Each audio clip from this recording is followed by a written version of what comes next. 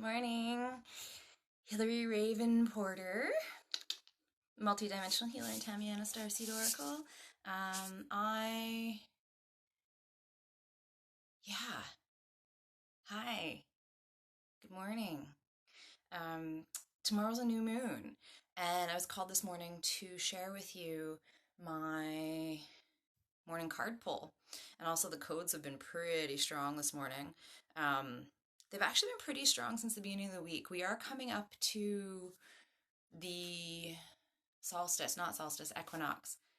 I do that all the time. um, but yeah, we're coming up to the equinox. And I found that the cocooning is very, very strong. The going to move inward and prepare for the coming entry into the womb where we're then rebirthed into this in the spring, right? So that means that's the collection of the tools around us as we enter into this space. A couple of things coming up. There's a group healing activation, Tamiana activation on Friday from 11 to 1. There's also a live portal on Sunday, which I will say is currently possibly being rejigged because of all the smoke in the air. My own lungs plus all the lungs of the people that would be attending, I feel that it might be prudent to be switching that. So keep an ear out. Just stay tuned because if not going live, there's going to be something special instead. Going live this way for everybody. Okay, so stay tuned for that. So good morning. New moon in Virgo tomorrow. I love Chani Nicholas, her horoscopes, and so she was talking about that it's discerning, deliberate, and a decisive time to really, what did she say, hone in on the strategies for long-time growth, but with a secure foundation, secure and supportive foundation. So it is the time for that, yeah. So a card already came out as I was talking. So two decks decided to say hello today. So this is the first deck. This is my Tao Oracle deck. I was going to say it's the Osho, but it's not. It's the Tao Oracle deck. Yeah, I'm in love with this deck. And we can actually, let's have a little fun. So it's I Ching related as well, right? So you can actually look for further depth of information from these cards. So, who did we pull? Okay, so I'll show you the card. So this is for the new moon in Virgo, which I'm also considering the energetics behind this are also as we're entering the equinox as well. So this one's about limitation, self-discipline, practice, self-respect, introspection, what we were talking about with that cocooning happening, ritual, cultivating patience, build up your energy and maturity. So it's that energy of no pouting because we can't do what we want to do. And I'm not talking about the everything that's out there right now. We all know what's going on out there. I'm talking about the energy where when things are starting to change in our world and we realize either a situation or people are no longer aligned, we don't feel aligned with them, or and things are just, it's time for a change.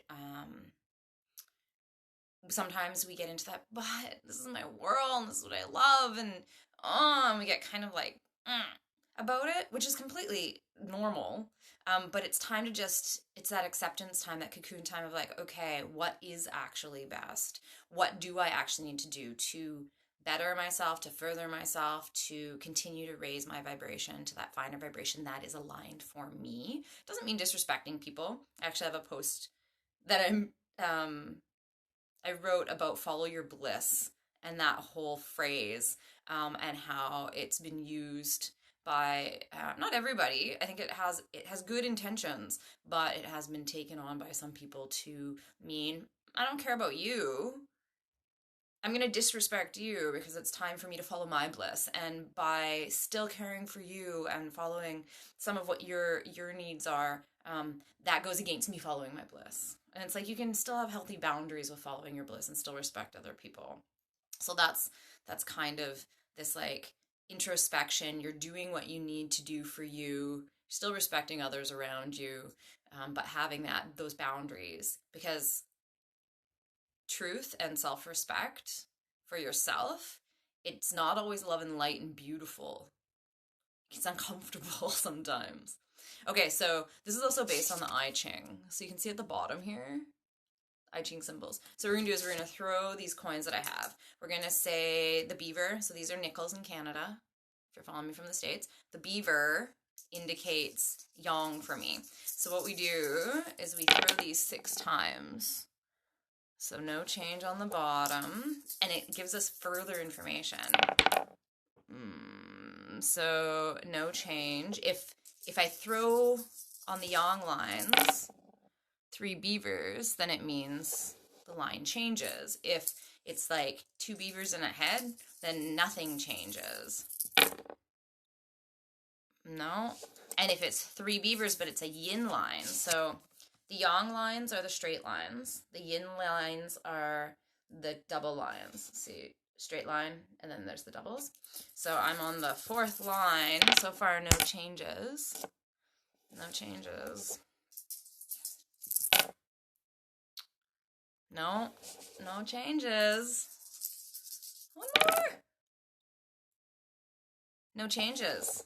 So that means that the message in the book is the message that we look at. So let's take a look at the message in the book as well.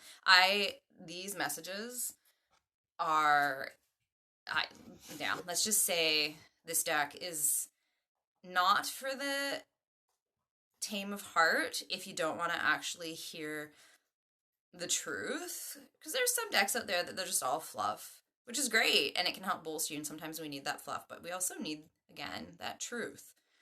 So, you ready? Nature imposes limits on all things, causing energy to build up from within. In fact, without limitations, it is impossible to maximize our potential. Healthy boundaries, right? This makes me think of a kid that has absolutely 0 boundaries from their parent. And what ends up happening, people are like, no, then they can express themselves, they can do whatever, but they can become unruly. They need those healthy boundaries to learn, right? And to grow appropriately. When we understand, accept, and apply limitations, it can be very effective in bringing about a transformation.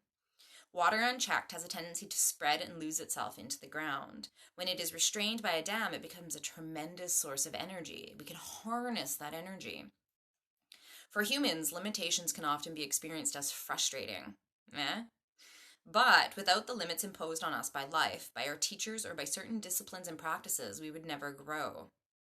Limitations can be immensely productive and strengthening if you can work with them rather than fight against them. A harness can feel like a restraint or a support. It depends on you. And it depends on the harness, right?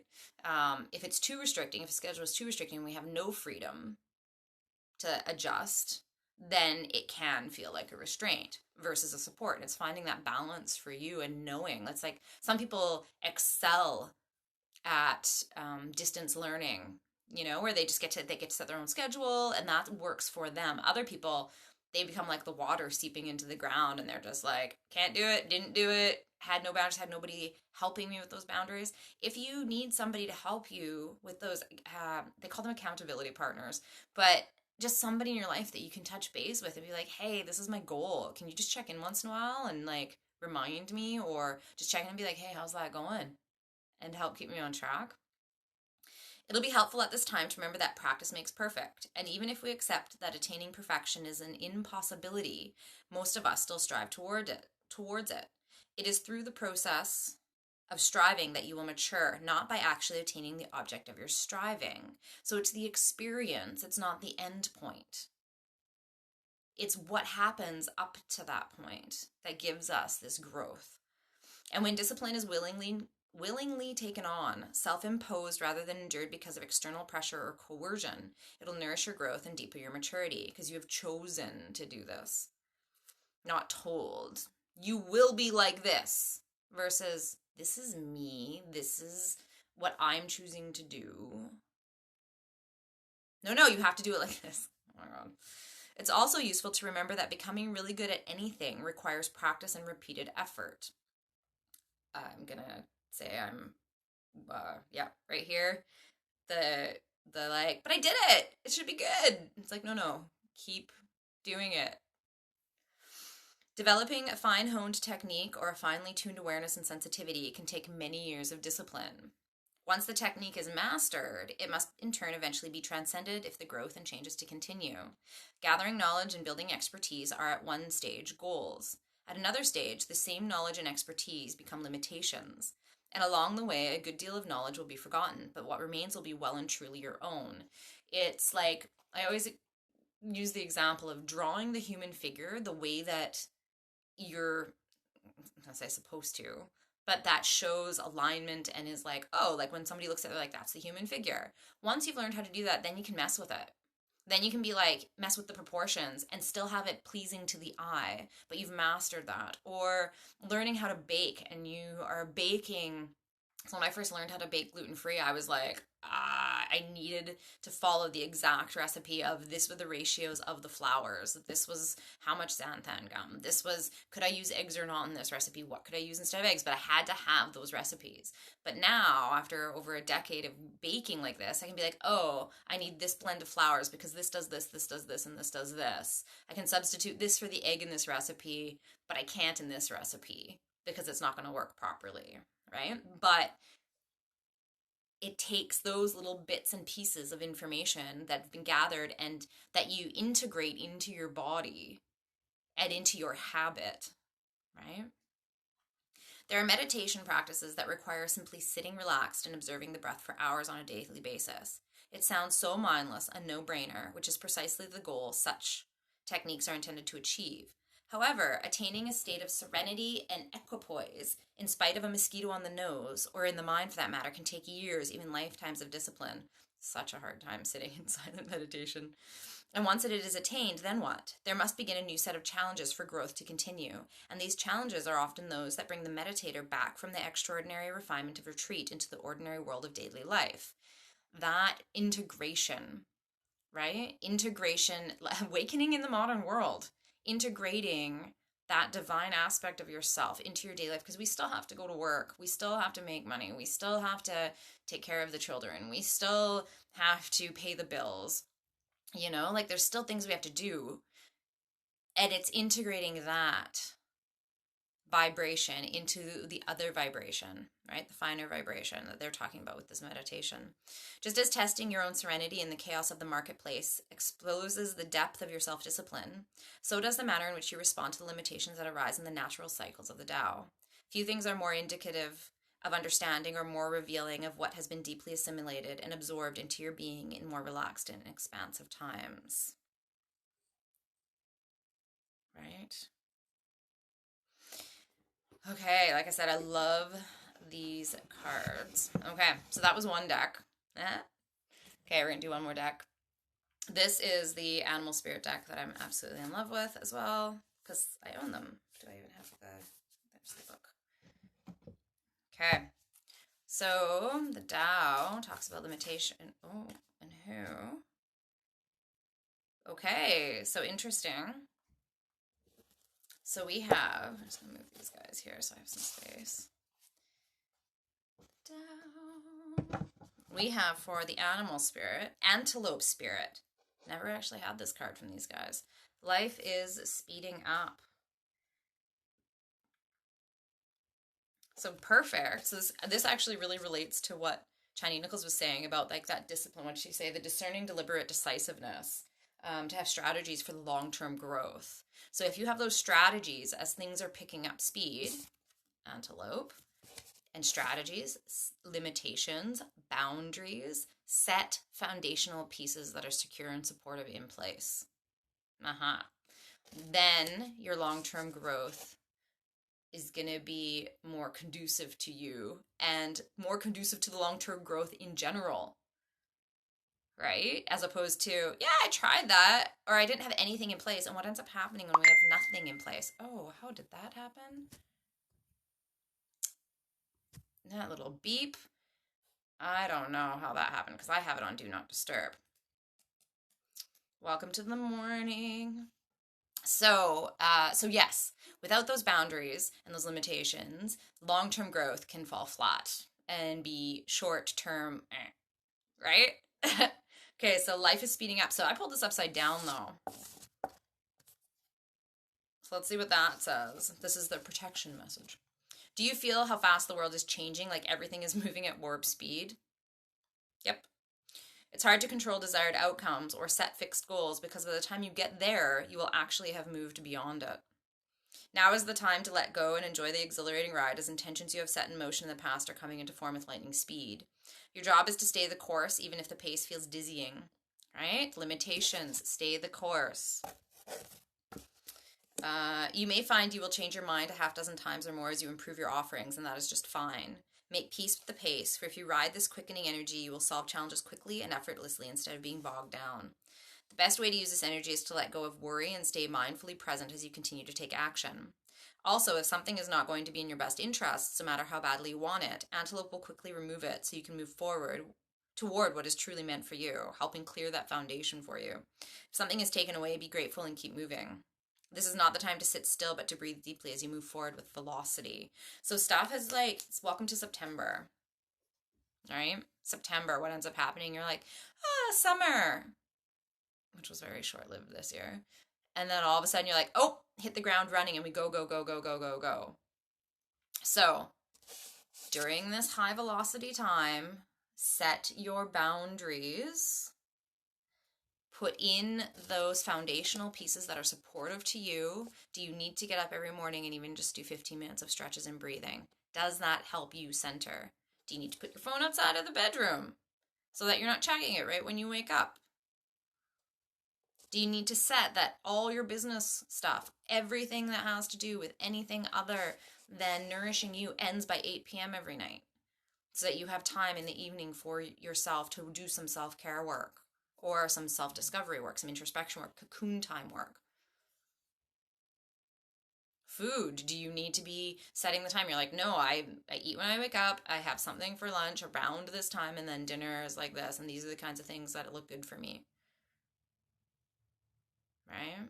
It's the time. Cultivate the patience. Big one. Being like, okay, I'm doing this. I'm not going to change it every week. I'm going to let it ride for a couple of weeks and see how it feels, and then do minute adjustments as they're needed. Okay? Self-discipline. Patience. Such a message. I don't know what they're talking about. Patience. Psh. Lots of that. Okay, so like I said, keep your eyes and ears out. It was great to say hello this morning. Keep your eyes and ears out for the offerings that are coming up. Like I said, Fridays is the next one from 11 to 1 that you can check out the link in my bio. That's for the online group Healing via Zoom. Super powerful. Last time there was a lot of earth in that one and a lot of connection into the earth, and then there was a lot of heart and crystalline energies coming in and smoothing out the spaces, and each person that comes and is activated, they come out with something different, but there's always this underlying theme, like the chickens that one time, which make me giggle every time. Chickens powerful medicine, go look it up. But yeah, so that's the next one, and I look forward to talking to you soon. If there's anything, any support that you need, please reach out. Also have 3-card tarot readings if you're looking for one specific to you, again through the link in my bio. Yeah, sending so much love and stardust to you. Talk to you soon. Bye for now.